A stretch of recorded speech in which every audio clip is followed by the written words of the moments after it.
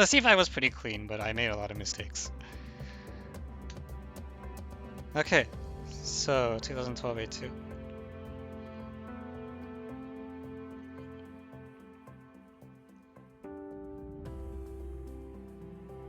Okay, so for part A, can we just do mod 3? Does it just work?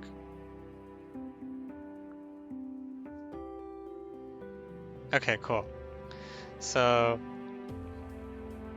0 mod 3, 1 mod 3, 2 mod 3. We did it!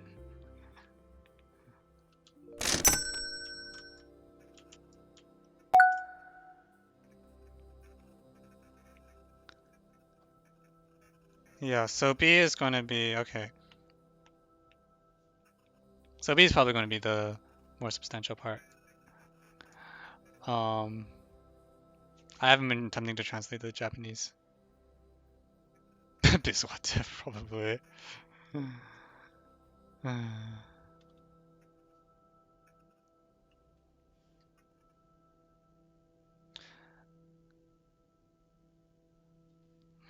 Okay, so A is yes, is B going to be no? Let's find out. All right, so by scaling, let's say A contains 0 and 1 contains B. This is all right, right? Because I can just kind of scale. So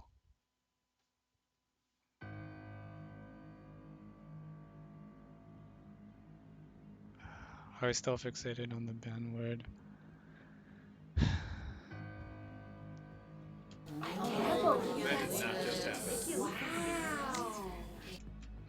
Okay.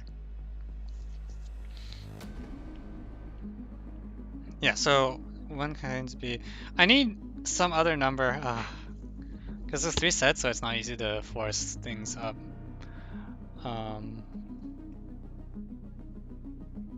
I just played some stupid music.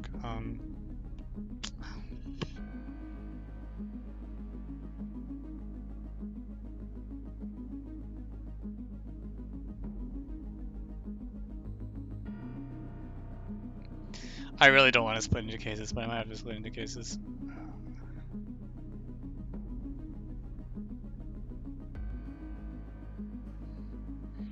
Yeah, we're still alive. Stream typically runs till midnight Easternish.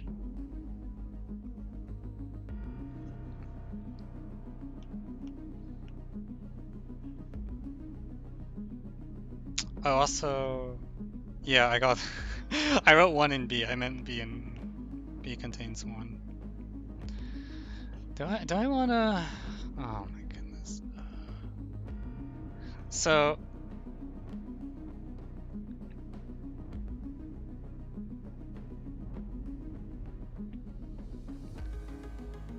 I'm pretty sure the integer parts. Yeah, that would actually be. It would be nice if the answer to A was unique. So, is this unique?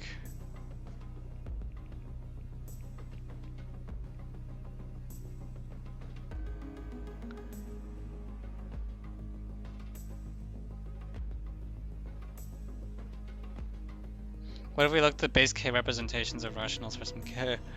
I don't like it. I feel like the regrouping will really mess with you.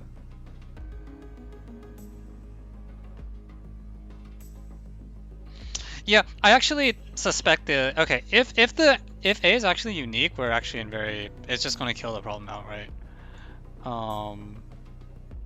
Yeah. So let's actually go after that. I want to see if it fails. Claim answer to A is only mod 3 partition.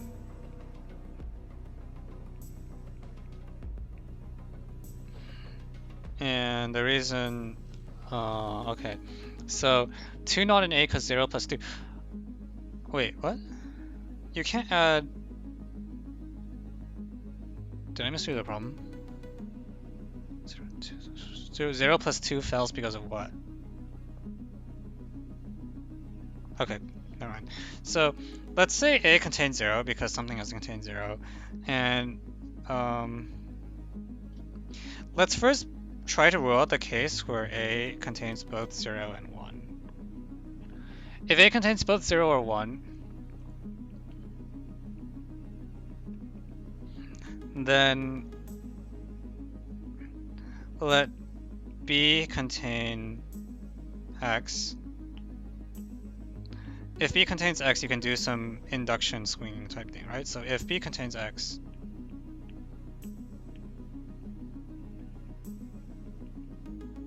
then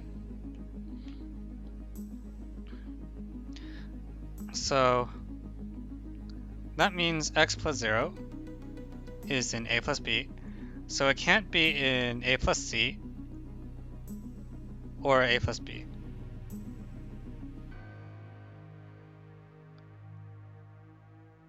We can assume 1 in B. We can assume 1 in B if we're...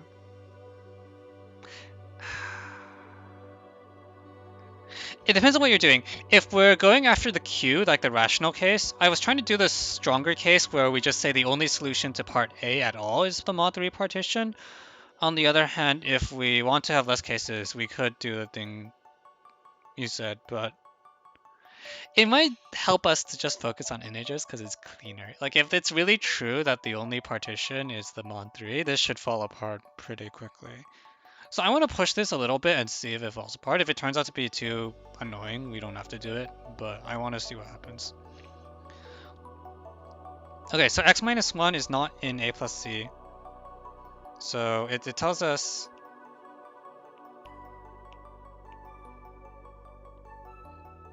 x minus 1 is not in C. And as for the B, A plus B, or I'm in B plus C.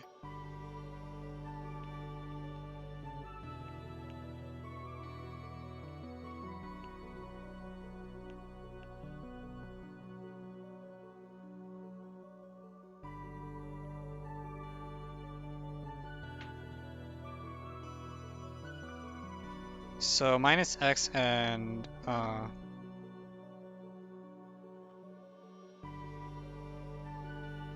1 minus x, sorry, this meant. I have A plus B twice, yeah, my bad. It must be in A. Shoot. Is not in, sorry, I mean is not in C, right? Like it could also just be in B, like it's fine for it to, yeah. Oh, Grant, you have a point. Yeah, you can say by scaling, focus. Sorry, Grant, you're actually right. There's no reason for us to do this because we can scale to 0, 1, and then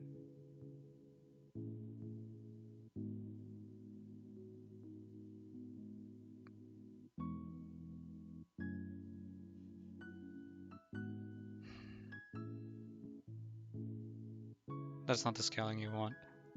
Or yeah, we could scale to 0, 1 in A. We can pick either of these cases, whichever one we think is easier to deal with.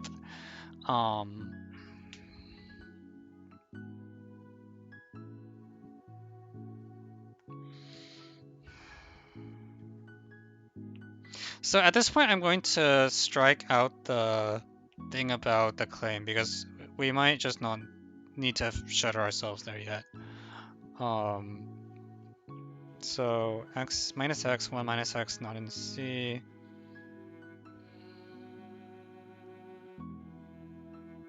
Do A, B, C all have to be infinite in size?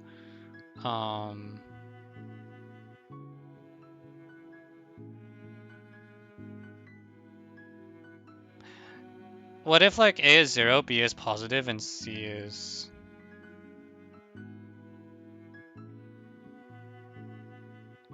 Oh, also, yeah, I messed up. The minus x thing is wrong. We don't have 0.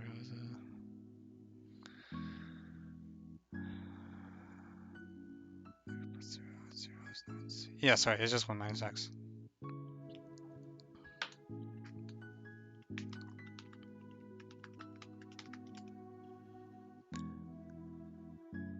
It's not 1 minus... The third condition is just wrong.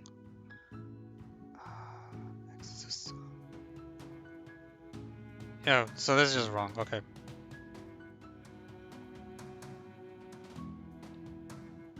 It's like 1 is not in C. Shoot. Ah! I might get...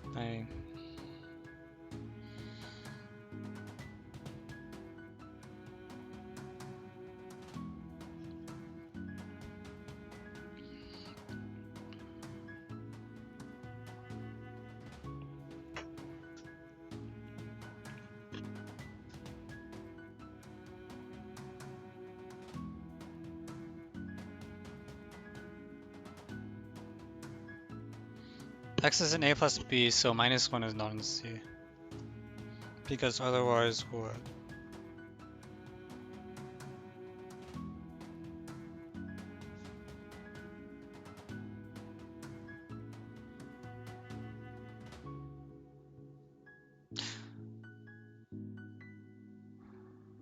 Oh, I see. So the point is this implies -1 is not in C. Okay, fine. Because minus...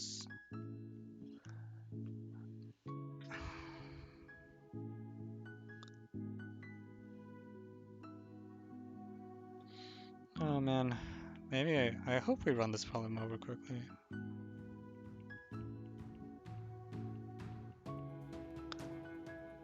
X plus 1 is in A plus B.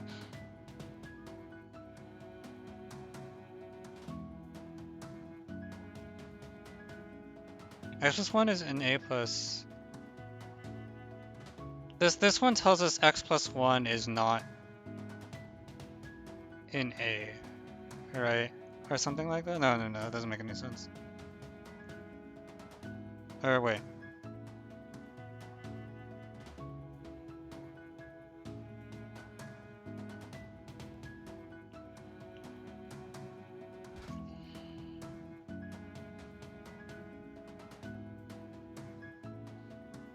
Okay, this says X plus 1 is not in C, because if it was in C, then you add it to the A and 0, and that's not good.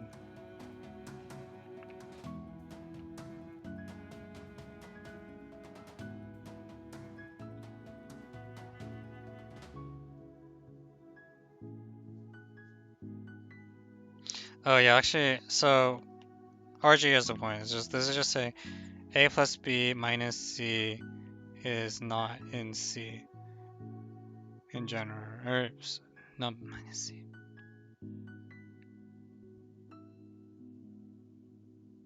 A plus B minus something is not in C. Minus A? We'll write it this way. A plus B minus B.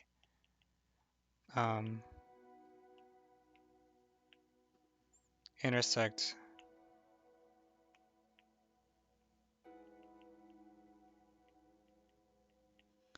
Is that right? I think -1 can be in C. Okay. Oh my god, disaster. Freaking. It's too late at night for this.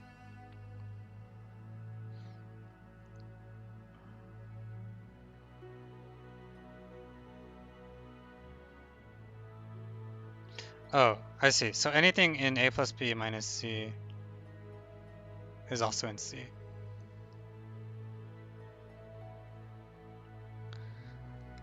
And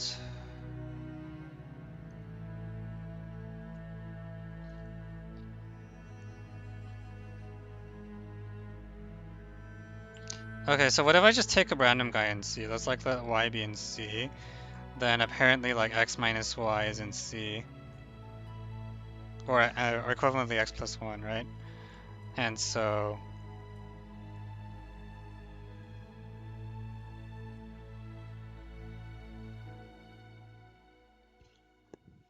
if X minus Y is in C, then X plus 1 plus X minus Y equals Y plus 1 is in C. Is that right?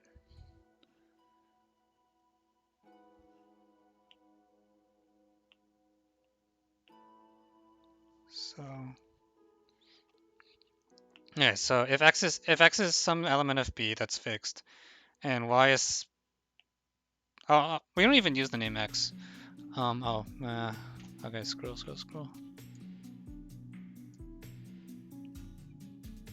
So actually B. well, we're really starting here. So if suppose A contains two numbers, we scale them so they're 0 and 1. Then if X is some element of B and Y is some element of C, then I followed this logic and I get Y plus 1 is in C.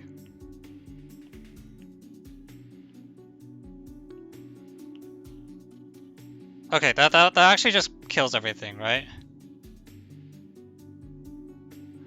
Because you can do the same thing.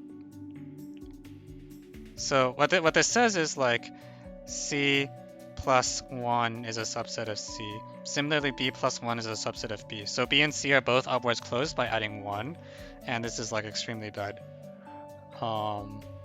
Because you take any element and they run into each other, so they're not disjoint. Does that just work?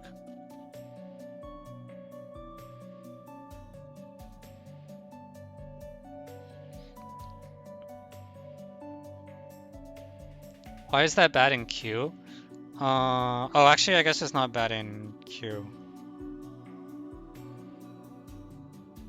You're right. Sorry, this is not bad in Q.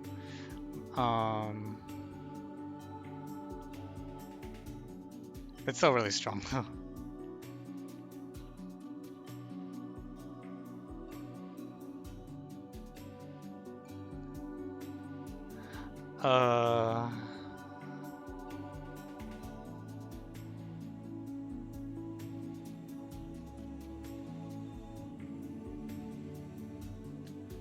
Well, okay, so this means that...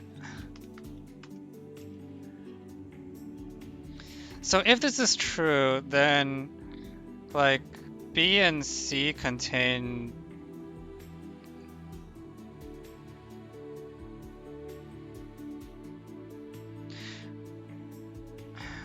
Okay, I see.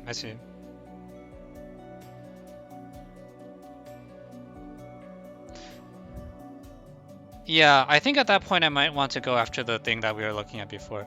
So...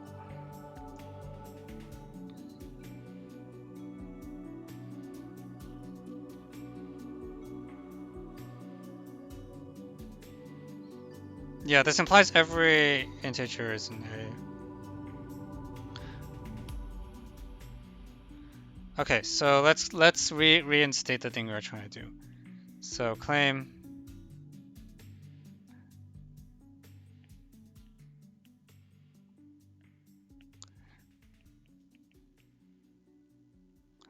Answer to A is unique.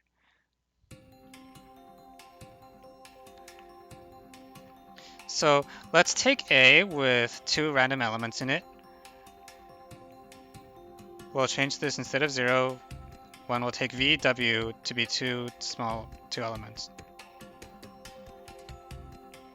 With the smallest gap possible. I erase all this, I don't need that, go away. So let's take the smallest gap that appears in any to the set. So as we've said, A plus B minus C is in C. So if we take any little c in C,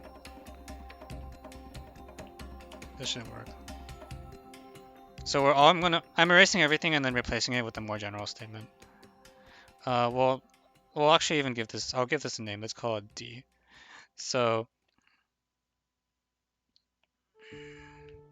V plus some element of B minus C is in C, and then W minus V plus some...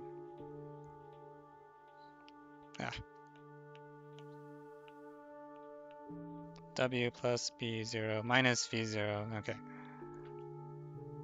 So simplify this is like D plus C is in C. So that means B, C, okay, under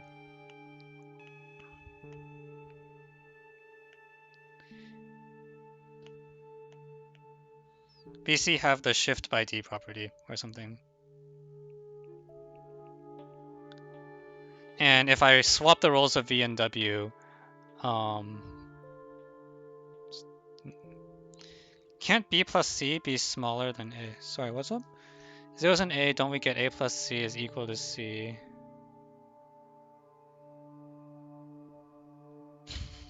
Oh. Uh, you're probably right. A plus C contains C. A plus B contains B. B plus C is disjoint from A? No, that's less clear.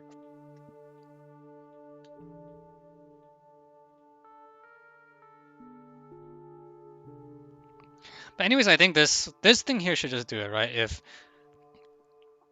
you...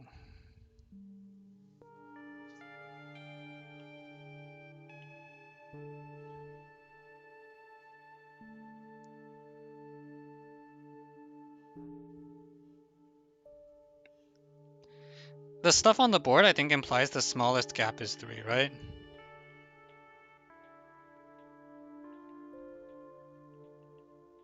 Because if you have a gap smaller than 3, then everything else also has gaps at most. They all have the same gaps, actually.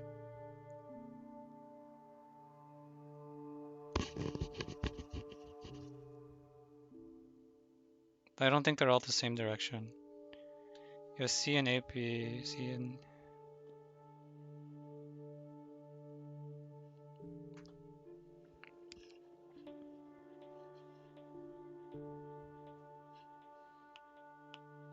Wait, okay. Yeah.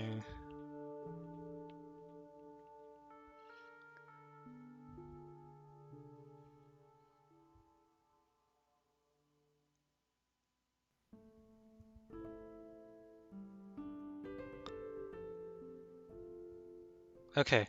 So, but the thing on the board should work, right? It's just if I have just 2 elements of A, then B and C are invariant under shifting by... I don't need V less than W. Just take any 2 elements and then the shifting is okay. So whatever the smallest gap that appears, that could appear is 3, because if you have a gap smaller than 3, then you mess up mod that thing. But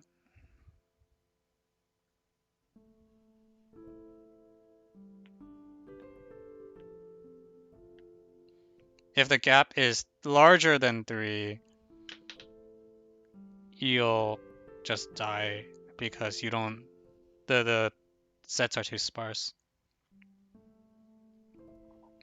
Aren't I really showing that C plus A minus A and C or something? Yeah, basically.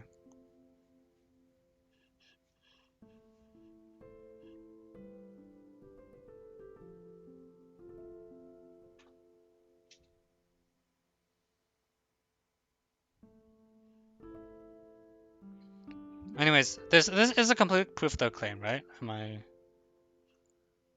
crazy? Yeah, the set of gaps are all the same, so they must be 3, because otherwise you fail for density reasons. Like the consecutive gaps, how now actually have to just all be 3. Yeah.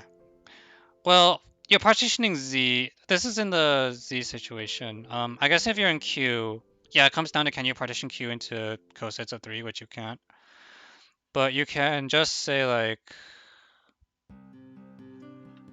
I see. Okay, you want to just jump to Q directly. Where is he? I think that's fine, but you don't need to be... What if B takes 2 residues mod 4? Then you'll have gaps in B that are smaller than 4, right?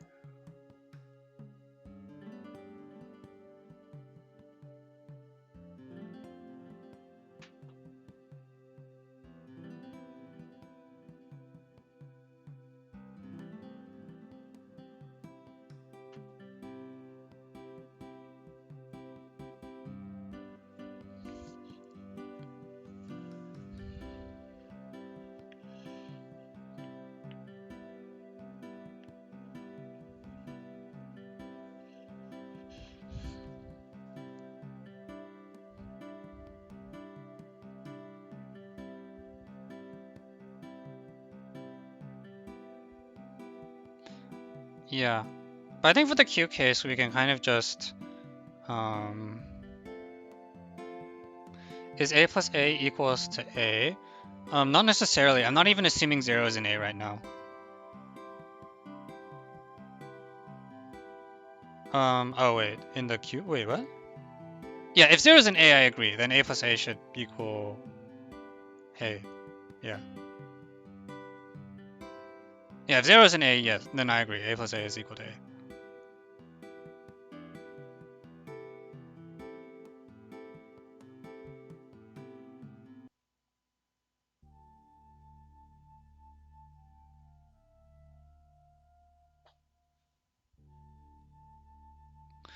Anyways, but I feel like the Z case should just nuke the Q case, right? Like, because you can take an element, any element of A, B, C, scale up to get 3 different integers, then you find B cap Z could be empty. Yeah, but what you do is you just take an element of each of the 3 sets, right?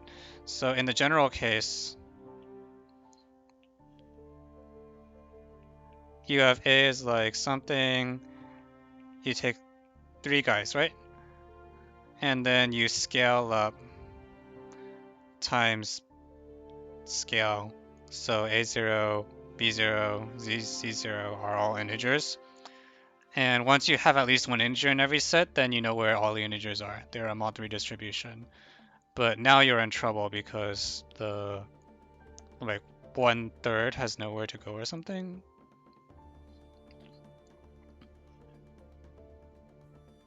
Yeah, multiply by 3 again.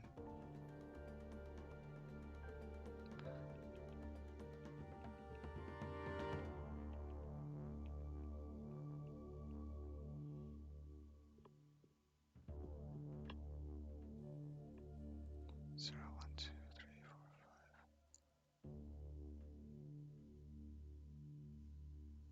4. Or hang on. What about R? Yeah, if you can just take actually I'm not sure about R. Can you like take a you want to take a Q basis no matter what, I think. Thanks. I love SL17G6 for the follow. I don't agree with your username, but I appreciate the support. Um,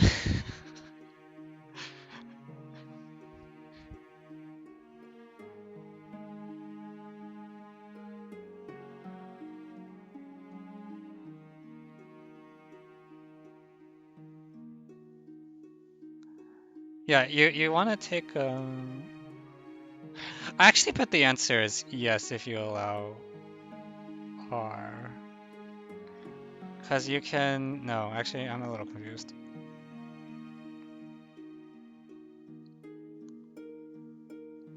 If you can't partition Q, obviously you can't partition R. No, that's not actually true. Because what you do is you put all the rational numbers in A, all the actually yeah. Here's how you do over R. Um, pick a basis E1, E2, dot dot dot. Then you put like QE1, QE2, QE3, QE4. Actually, we'll just put everything else in A. There, that's your counterexample. Scroll. Yeah, so you just take a basis, and then all these elements are linearly independent. So there's no way you can get like A plus B or B plus C to collide. Shoot. Do I have to worry about 0? 0's in a bunch of these, right? That's fine. Actually, just delete 0. That's not a big deal.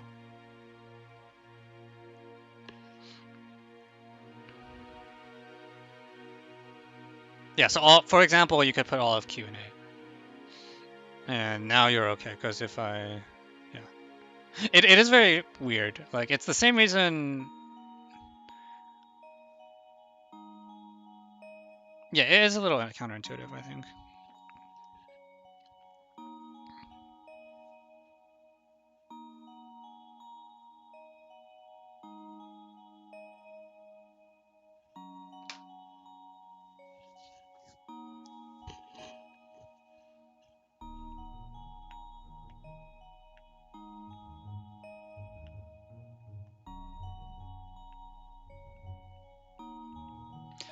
Okay, so yeah, I think that does it.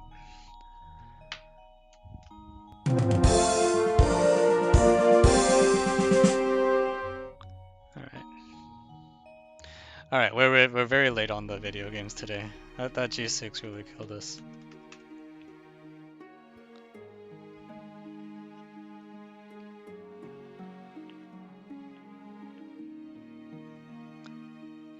Okay.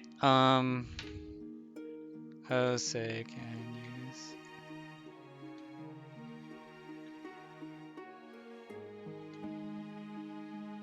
All right. Worst performance. Yeah, the G6 real well, the first stream I ran, actually yeah, I think this was even worse than the first one.